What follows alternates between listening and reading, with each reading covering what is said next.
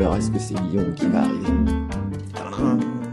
Ouais, Guillaume! J'adore quand les plans se déroulent sans accroc. Alors, comment ça va, Guillaume? Bonjour à tous, bah écoute, ça va très bien, merci. Donc, tu es où physiquement? Dans quel coin du monde? Alors moi, je suis dans un coin du monde qui est à l'ouest de Paris, qui est la région de Nantes. Ah oui, c'est très à l'ouest. Ça, c'est bien. Voilà, voilà. Alors, pour ceux qui ne te connaissent pas, et ils sont quelques-uns, malheureusement, qui n'ont pas encore la chance de te connaître comme je te connais, parce qu'on est des bons vieux amis maintenant, de quoi? De 3 à 4 jours.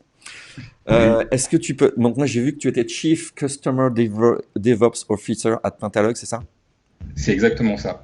Donc, est-ce que tu peux te présenter rapidement et nous dire qui tu fais, qu'est-ce que tu fais, d'où tu viens, comment ça s'est passé?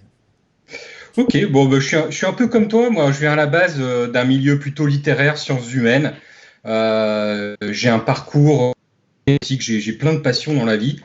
Ça se manifeste par exemple par mes études universitaires. J'ai commencé par les sciences économiques, ensuite j'ai une maîtrise d'histoire, un DEA d'ethnomusicologie, ça existe. Ensuite, j'ai commencé une thèse d'anthropologie, puis j'ai été musicien, j'ai vécu en Azerbaïdjan notamment pendant quelques mois, j'ai gagné ma vie en jouant dans des bars. Et puis, bon, voilà, j'ai plein de passions dans la programmation a supplanté les autres puisque j'en ai fait mon métier. D'accord. J'ai commencé au début de ces années 2000 et j'ai très rapidement rencontré quelqu'un que vous connaissez bien, Jeff Mignon, avec qui nous avons vécu plein d'aventures, notamment chez Red Square, dont j'ai été le CTO. Nous avons été rachetés en 2016 par Pentalog et j'étais très heureux de rejoindre l'équipe de la direction technique pendant un moment, puis on m'a proposé donc ce rôle de directeur du service DevOps. J'ai fait le titre un peu Non, plus mais court. c'est nickel. C'est juste quel instrument de musique t'as gagné avec quoi en Azerbaïdjan? Parce que déjà, c'est conceptuel, hein. Ah oui, non, en Azerbaïdjan, je jouais de la basse, de la guitare, mais je suis spécialiste de la musique des Manganiyars. C'est une caste du Rajasthan et je joue du sitar, un instrument indien, Du entre sitar, autres. on dit du sitar. Oui, Ah, oui, d'accord. c'est un mal parce qu'il y a la sitar, c'est YTH, mais enfin, et le sitar, c'est un luth, c'est un instrument indien. Voilà. Bah écoute, je suis assez content de connaître quelqu'un qui a joué du sitar en Azerbaïdjan. Quand on pourra dîner dehors, je pourrais frimer un petit peu. Est-ce que tu peux essayer de définir ce DevOps en une Et phrase? en gros, le DevOps, c'est un mouvement dont le but est de rendre les systèmes IT plus faciles, plus sûrs et plus rapides à changer. D'accord, c'est assez général, mais on va rentrer dans le détail. Voilà, d'accord. Oui, Pourquoi oui. est-ce que... Parce que ça a l'air simple en une phrase, mais Non, mais moi maintenant que j'ai compris, je trouve que ça peut changer la vie des gens, mais faut atteindre le système qui comprend. Pourquoi est-ce que Pentalog t'a proposé de prendre la direction de ce service, Guillaume? bah, parce que j'avais un attrait très particulier pour ces pratiques. D'abord en tant que CTO, comme je l'ai évoqué, j'ai côtoyé les deux mondes, celui des opérations et celui des développeurs, et je recherchais toutes les méthodologies, tous les outils qui pouvaient me permettre d'éviter d'être réveillé à 3 heures du matin un samedi et d'avoir un peu de vie privée et surtout de rendre les clients heureux et nos équipes heureuses. Donc, j'ai commencé à apprendre, à tourner autour de ces pratiques. Bien sûr, intégrer des choses très connues comme la livraison continue, Docker, la virtualisation, etc., etc. Je me suis beaucoup intéressé aussi au serverless et j'ai essayé de pousser ça chez Pentalog. Donc, j'ai fait des présentations à la direction technique. Et c'est tout, je pense, un peu naturellement que j'ai pris ce sujet en main. J'adore le mec qui fait du sitar et qui s'intéresse au serverless. Il doit y avoir un lien, il doit y avoir un lien quelque part que toi seul sais peut-être, toi seul connais. On Euh, réconcilie des mondes. oui, bah c'est ça. Et pourquoi est-ce que c'est intéressant qu'on parle de DevOps aujourd'hui, là, en plein chaos? Parce que c'est quand même le but de cette émission, c'est aussi que ça serve aux gens. Oui, bien sûr. Bon, il y a deux, il y a plein de raisons, mais pour moi, il y en a deux principales qui sont particulièrement intéressantes. La première, c'est qu'avec le confinement et le télétravail, il y a une explosion du trafic Internet. On estime à environ 20% la montée en France, mais c'est quand même assez conséquent. Et bien sûr, ça a un impact sur les infrastructures. Et le DevOps a pour outil et champ principal l'infrastructure et le développement, mais l'infrastructure principalement. La deuxième raison, c'est que ayant un lien tout particulier avec l'infrastructure, le DevOps est intimement lié avec la culture du risque et donc la gestion du risque et la gestion des crises, puisque c'est le premier facteur contre lequel on essaye de se prémunir quand on travaille dans les opérations. Mais le DevOps pousse tellement loin, enfin certaines pratiques DevOps poussent tellement loin comment dire, l'apprivoisage du risque que il le provoque. Donc il y a des pratiques aujourd'hui comme le chaos engineering qui a été poussé notamment par Netflix depuis 2011, qui consiste à créer de la disruption sur l'infrastructure. Donc ils ont des scripts qui tout le temps créent des pannes. Donc pendant que vous utilisez Netflix crée des pannes que vous ne voyez ou vous ne voyez pas, exprès pour tester la résilience de leur système au risque et à la crise. Et voilà, donc ça montre le jusqu'où peut aller le DevOps dans la gestion du risque et le fait d'apprivoiser ces problématiques. D'accord. Donc pourquoi est-ce que Pentalog a créé ce service? Quand déjà, si vous avez fait ça? On l'a créé il y a un peu plus d'un an. En fait, on faisait déjà du DevOps, mais on a voulu aller encore plus loin. Enfin à nouveau pour deux raisons principales. La première, c'est, je pense, vous l'aurez compris si vous avez déjà suivi nos Pentalive, l'agilité est une des pierres angulaires de ce que fait Pentalog, et le DevOps est une manière de pousser l'agilité au sein de l'infrastructure. Et d'autre part, parce que historiquement, aujourd'hui Pentalog vend beaucoup de services. Historiquement, c'est une entreprise qui vendait du développement. Aujourd'hui encore, on a énormément de développeurs chez Pentalog. Et le DevOps change les pratiques du développement. Alors, on peut citer la livraison continue que beaucoup de gens dans l'IT connaissent, mais aussi Docker, la virtualisation, et le serverless que j'ai mentionné, qui change la manière dont on fait de la programmation. D'accord. Et alors, c'est né quand DevOps en général, ce mouvement, il est né quand? Il y a 20 ans, 10 ans, 15 ans, 8 ans? Alors, il y a une historiographie, si je puis m'exprimer ainsi, un peu officielle, qui fait que ça démarre vers 2007 avec un consultant belge qui s'appelle Patrick Debois, qui est très fatigué et très frustré du projet qu'il doit gérer de migration de données pour le gouvernement belge, dans lequel il y a des conflits sempiternels entre les développeurs et les opérations qui bloquent le projet, qui provoquent des tensions. Petit à petit, Patrick Debois s'inclut dans des séminaires ou des sujets autour de l'infrastructure agile, de comment réconcilier Dev et Ops, donc un autre séminaire fait par Flickr. Et en 2009, il lance ce mot DevOps en créant les DevOps Day, notamment en Belgique, les premiers DevOps Day. D'accord. Donc ça commence comme ça, et en fait, comme je l'ai dit, le DevOps c'est un mouvement. Donc ce qui est intéressant, c'est que c'est pas vraiment né d'une impulsion particulière avec des règles particulières.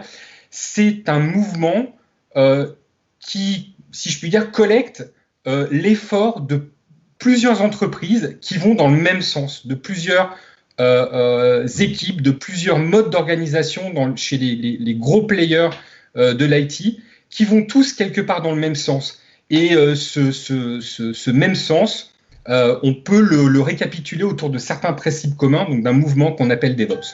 D'accord, c'est clair. Bon alors à la base, parce que moi j'ai fait le malin avec mon introduction, mais comment t'expliques cette divergence entre les développeurs et les opérateurs? On dit pas les opérateurs, les ops. Oui, les spécialistes des opérations. En fait. Ouais. Les opérations qui comprend plusieurs spécialités, donc les spécialistes d'infrastructure, la sécurité, l'administration de bases de données. Mais quand on parle de DevOps, c'est plutôt d'infrastructure qu'on va parler quand on dit Ops. Et en fait, ça réunit à la base donc les développeurs d'un côté, les opérations de l'autre, principalement les spécialistes d'infrastructure, qui travaillent en fait effectivement sur des mondes séparés avec des attentes différentes. Les développeurs travaillent avec des langages de programmation, généralement sur leur environnement local, et on attend d'eux du changement, des nouvelles fonctionnalités.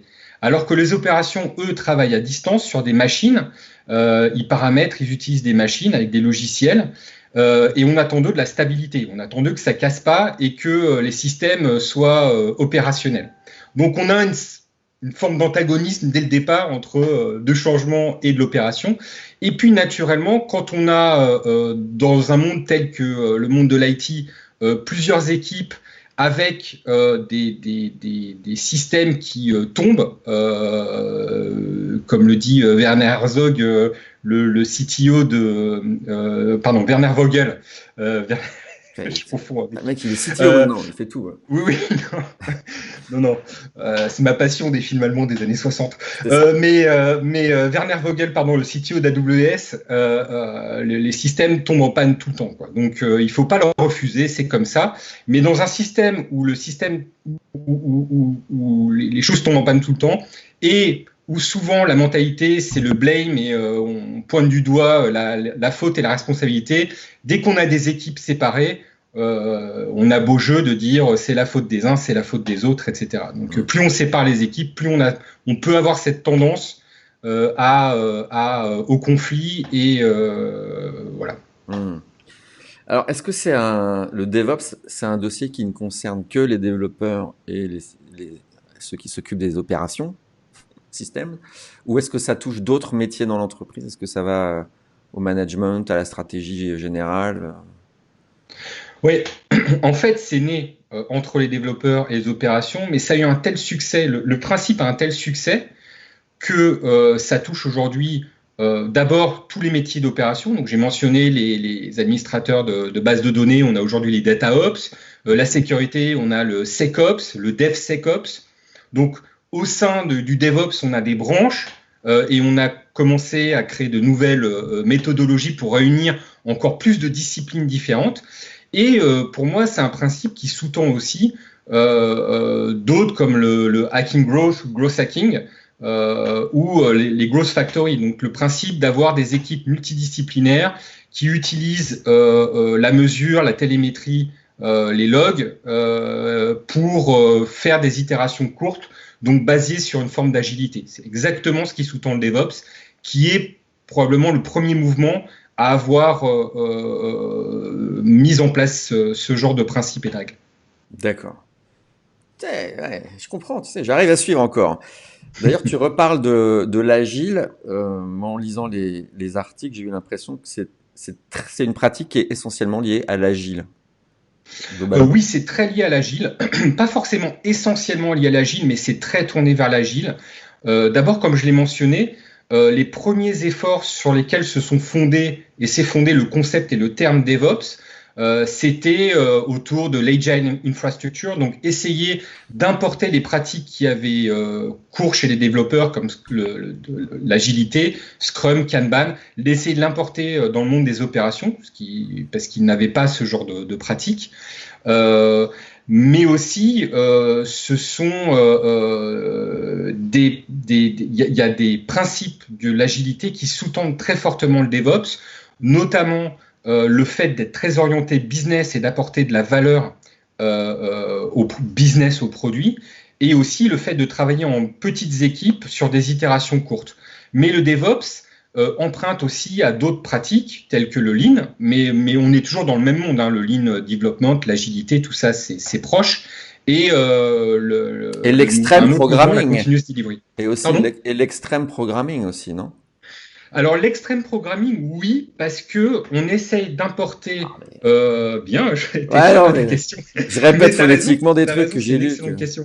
Ouais, ouais. C'est une excellente. Alors, pas directement, mais dans le fait d'avoir une culture commune entre Dev et Ops, oui, on essaye d'utiliser les tests automatisés, la revue de code et des choses très empruntées de l'extreme programming dans le DevOps pour avoir cette culture commune Mm. et ce partage de connaissances entre Dev et Ops et réduire les silos.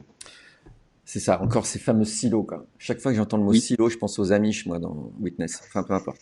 Moi, j'ai cru comprendre, en fait, j'essaie d'être le candide dans l'affaire, que c'était surtout une pratique qui gère les relations entre les personnes, une façon de travailler entre les gens, plus que un guide hyper pratique, technique, où tu suis 1, 2, 3, 4, 5 des règles. C'est-à-dire, faut pas que les gens pensent que tiens, je vais intégrer DevOps, j'ai une liste à faire, quoi.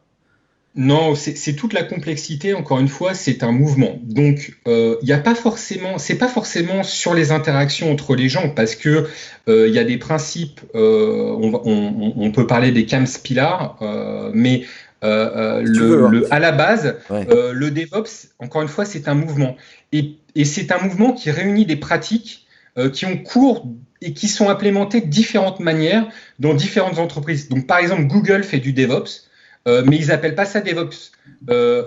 Par exemple, chez AWS, un ingénieur qui va s'occuper de travailler sur l'infrastructure en collaboration avec les développeurs, ça va être un ingénieur DevOps.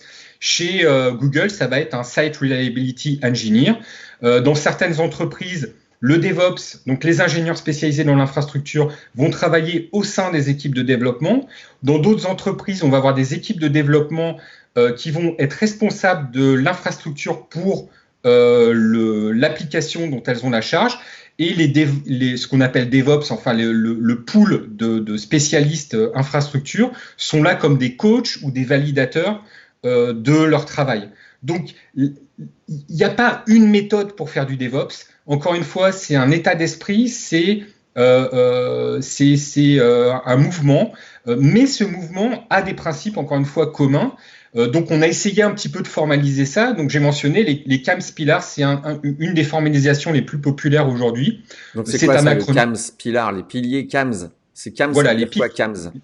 Alors, CAMS, c'est un acronyme qui signifie Culture, Automation, Measurement et Sharing. Donc, culture, c'est le fait d'avoir une culture commune, qu'on soit dev, qu'on soit ops. On doit avoir une culture du projet commune, une culture technologique commune pour avoir une meilleure homogénéité dans son travail, pour aller dans la même direction, avoir les mêmes objectifs. L'automatisation, c'est un des principes fondamentaux du DevOps. Et c'est pas forcément lié sur les relations entre les personnes, mais là, c'est plutôt lié sur des outils. Dès qu'on a des tâches redondantes faites par des humains qui peuvent être faites par des scripts, on préférera passer par des scripts et de l'automatisation parce que ça va plus vite. Donc, on a une meilleure compétitivité puisqu'on innove plus rapidement. Enfin, on peut faire de l'innovation plus rapidement à moindre coût.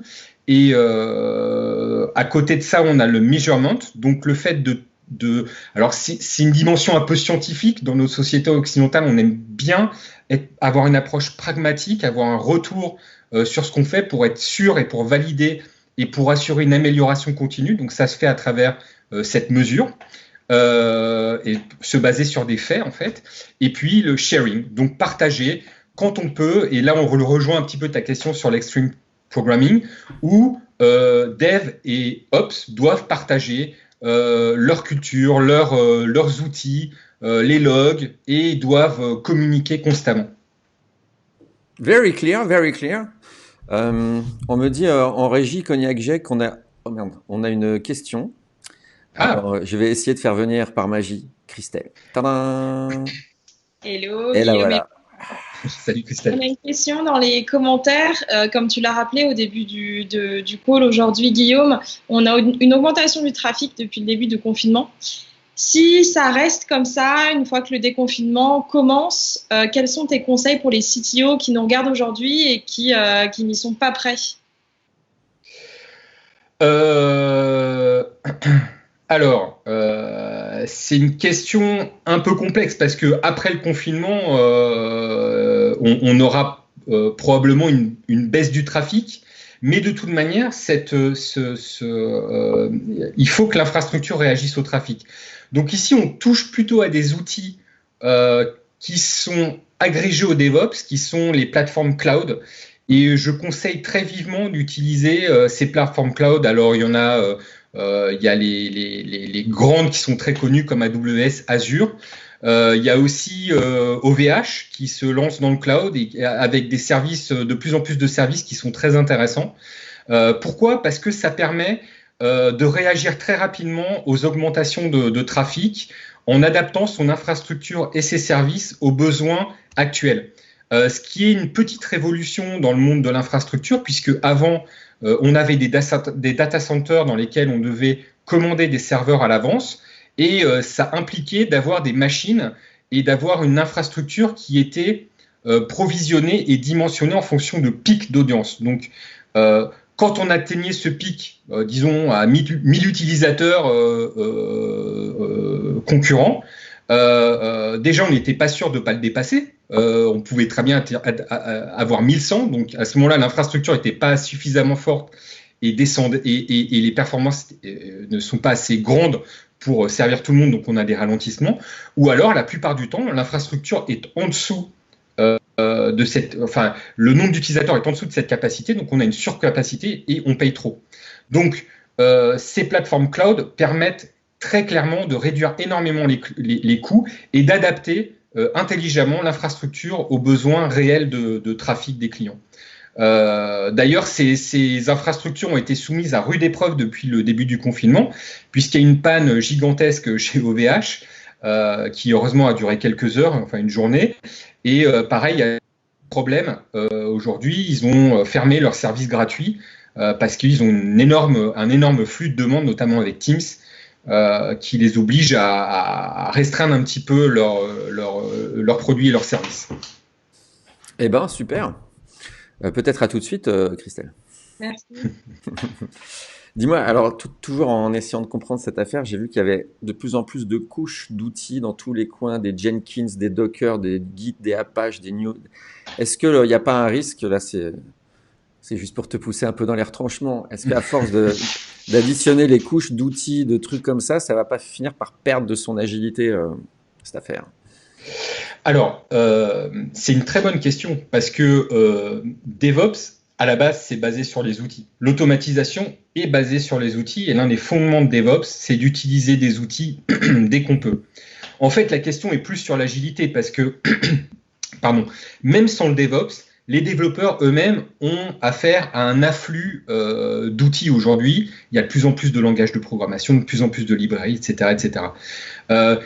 Après, est-ce que l'agilité est antinomique de la multiplication d'outils ? Je ne pense pas. En fait, dans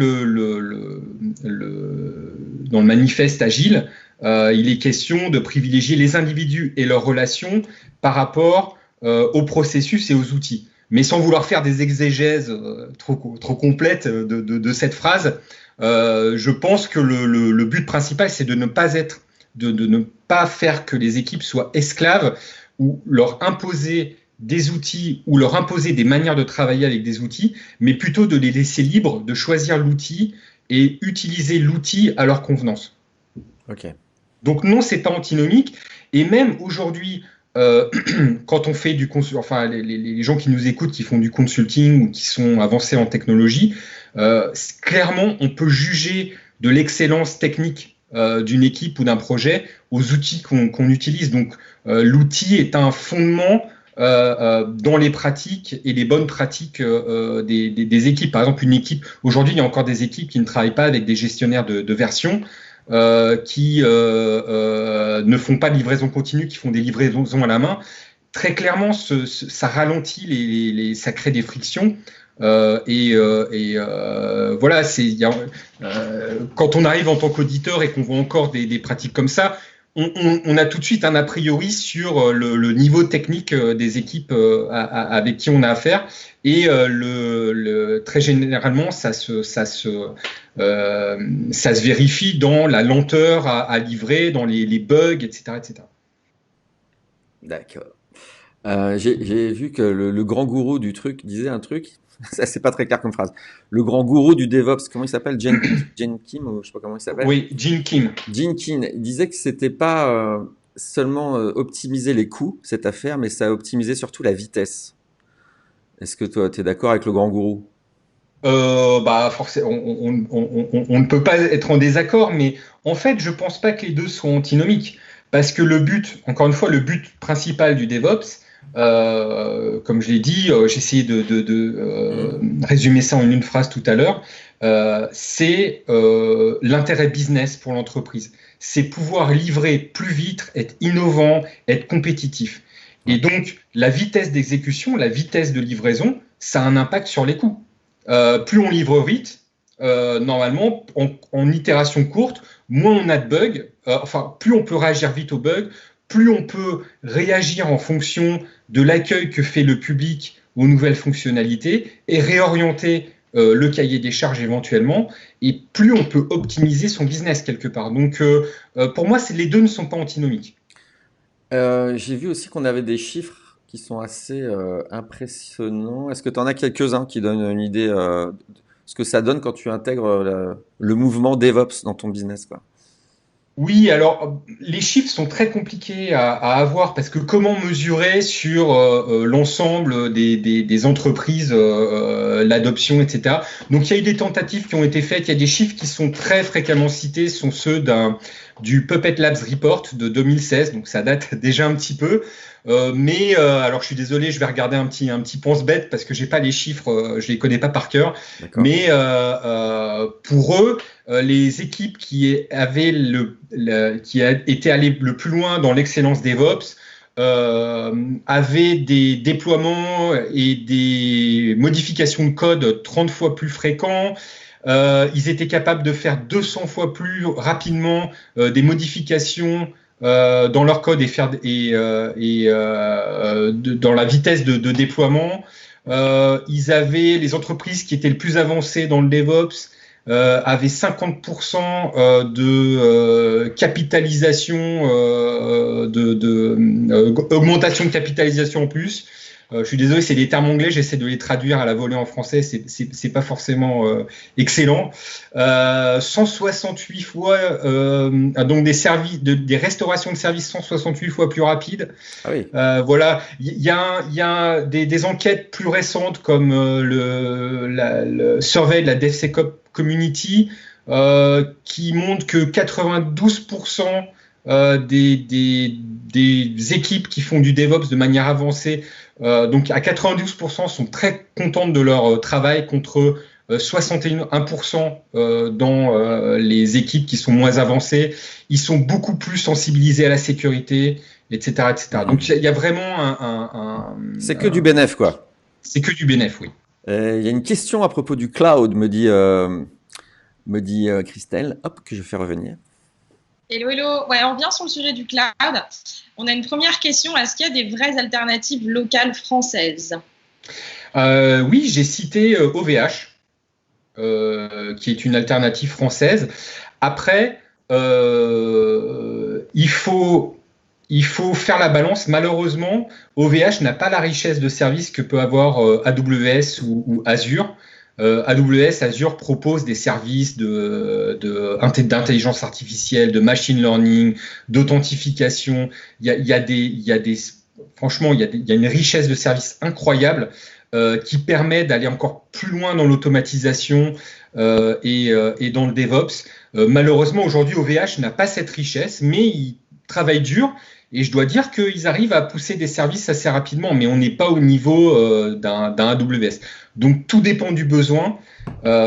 Si on est sur une infrastructure qui nécessite pas beaucoup de services, on fait du Kubernetes avec du Docker, on peut très bien aller sur OVH aujourd'hui. Si on a besoin de services, ce que je peux recommander aussi pour faire, je sais pas, du big data, du machine learning, de l'IoT, des choses un peu plus complexes. Alors là, voilà, il y a une richesse de services, encore une fois, chez Azure et AWS qui est assez incomparable. Et on a une autre question. Quel service utilise Pentalog et quelles étaient les raisons de notre choix? Tu veux dire quelle plateforme cloud? Ouais, si on en utilise une. Oui, alors nous, on est très orienté AWS. La raison est que la plupart des clients, enfin des entreprises sont sur AWS. Aujourd'hui, ils ont alors je dirais pas un monopole, mais ils ont quand même une avance assez considérable sur la concurrence. En second plan vient Azure, donc on fait un petit peu d'Azure aussi. Et donc c'est les deux principales plateformes qu'on supporte. On a des compétences sur Google Cloud Platform aussi. On a des architectes certifiés sur cette technologie. On a beaucoup moins de projets, malheureusement, sur cette technologie où ils ont des choses très intéressantes aussi. Et on supporte aussi des infrastructures plus classiques et OVH que j'ai mentionné. Et on a une dernière question du coup par rapport à OVH. Est-ce qu'il propose du serverless? Non. Malheureusement, non, pas encore aujourd'hui. Les deux gros, si vous faites du serverless, je vous recommande vraiment AWS ou Azure. Mais AWS, c'est vraiment. Moi, j'en ai fait personnellement sur AWS. C'est vraiment là qu'on a les capacités les plus grandes. Ok, c'est tout pour le moment. Merci Christelle. Si quelqu'un en t'entendant se dit tiens, bah, il serait peut-être temps que je m'y mette, j'avais même pas entendu parler, dis-moi. D'abord, est-ce qu'il y a des boîtes qui n'en ont pas entendu parler? Est-ce que c'est possible ça? Oui, c'est possible. Après, le DevOps, faut faire attention, c'est un terme un peu fourre-tout. Aujourd'hui, c'est un buzzword. C'est un terme qui est. Alors, on a abordé DevOps sous sa dimension première, mais on utilise aussi le terme DevOps. Je l'ai fait un tout petit moment, si vous avez remarqué, mais pour désigner un rôle. Donc, même nous, chez Pentalog, parfois, on utilise, on dit, on a besoin de. Voilà, on a besoin de deux DevOps sur un projet, on a un cloud architect DevOps, voilà. On utilise ce terme DevOps pour désigner des rôles, alors que ça a autant de sens à la base que de dire j'ai besoin de 3 Scrum pour désigner des développeurs. Mais voilà, c'est comme ça. Donc c'est un terme qui a un problème dû peut-être aussi au manque de définition et de littérature et de concepts précis et méthodologiques précis sur l'approche, qui fait que au-delà de ne pas avoir entendu le mot, ce qui peut arriver, il y a aussi une confusion sur ce que signifie le mot. Donc parfois, on entend des clients dire je veux faire du DevOps pour juste désigner le fait de faire du déploiement continu, ou pour désigner encore une fois un rôle. Et quand tu dis j'ai besoin de deux DevOps, c'est quoi? C'est des ingénieurs qui ont l'expérience de travailler en DevOps. Voilà. Alors, quand on dit j'ai besoin de deux DevOps, pour résumer, ça veut dire j'ai besoin de deux SysOps, donc deux spécialistes d'infrastructure qui vont paramétrer mon infrastructure, en gros. Donc, on revient, le DevOps c'est un Ops en fait, mais avec un mot un peu plus à la mode fashion. D'accord, donc le DevOps c'est un Ops. Ça peut se tweeter. Oui. Le DevOps c'est un Ops, mais il n'est pas un Dev par contre. Le DevOps n'est pas un Dev. Généralement, non. Nous, on essaye de faire rejoindre les deux mondes. Donc, et je dois dire que, encore une fois, je cite ces géants du cloud, mais c'est un fait. C'est ceux qui poussent le plus ces pratiques. Donc probablement la dénomination du rôle DevOps vient d'eux, parce que dans leur programme de certification, ils utilisent ce terme de DevOps et ils l'utilisent beaucoup eux-mêmes. Donc AWS, Azure, et AWS pousse l'intégration de langages de programmation. Donc il y a des pratiques comme l'infrastructure as code, donc le fait de virtualiser, de générer son infrastructure uniquement avec du code. Au lieu à l'origine, on faisait ça sur des consoles ou des terminaux. Aujourd'hui, on essaye d'intégrer les pratiques de créer de l'infrastructure comme le ferait un développeur, avec du versionning, avec des outils comme Git et avec du code, ce qui permet de lancer une infrastructure de manière complètement automatisée. Et ce code, à l'origine, c'était des langages, on utilisait du code spécifique, YAML ou voilà. Aujourd'hui, AWS a lancé avec CDK un service qui permet de générer ces infrastructures avec des langages de programmation. Donc ils essaient d'orienter, de rendre disponible le plus possible leur infrastructure aux développeurs. C'est vraiment important. D'accord. En avant-dernière question, est-ce que ça peut marcher avec une entreprise qui marche de façon pyramidale, un peu stricte à l'ancienne, avec chacun dans son coin et tout ça? Ou est-ce que c'est une philosophie un peu hippie? J'exagère, je fais exprès, mais ça va être compliqué quoi, d'intégrer une boîte un peu stricte. C'est toujours compliqué c'est comme l'agilité, comme le Scrum.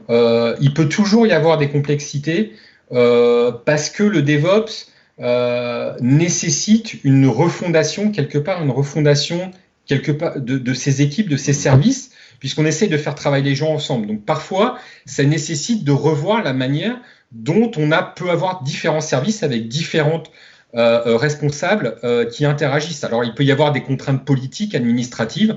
On l'a quelquefois. Moi, j'ai des clients où il y a un responsable de l'infrastructure, un responsable des développements. On essaye de faire du DevOps, donc on a deux interlocuteurs qui parfois, qu'il faut réconcilier. Mais on avance et il y a des manières de faire les choses. On peut pas, sauf si on part sur du greenfield ou dans un mode start-up avec un projet qu'on démarre à partir de zéro. Mais sinon, on avance à petits pas de manière pragmatique pour implémenter Tu peux commencer par un petit morceau, en fait.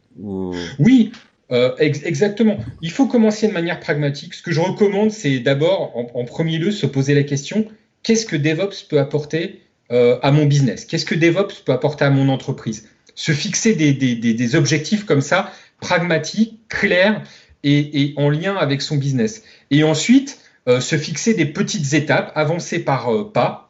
Je recommande de commencer avec l'automatisation parce que c'est ce qu'il y a des premières étapes d'automatisation parce que c'est ce qu'il y a de plus facile, de plus rapide à mettre en place.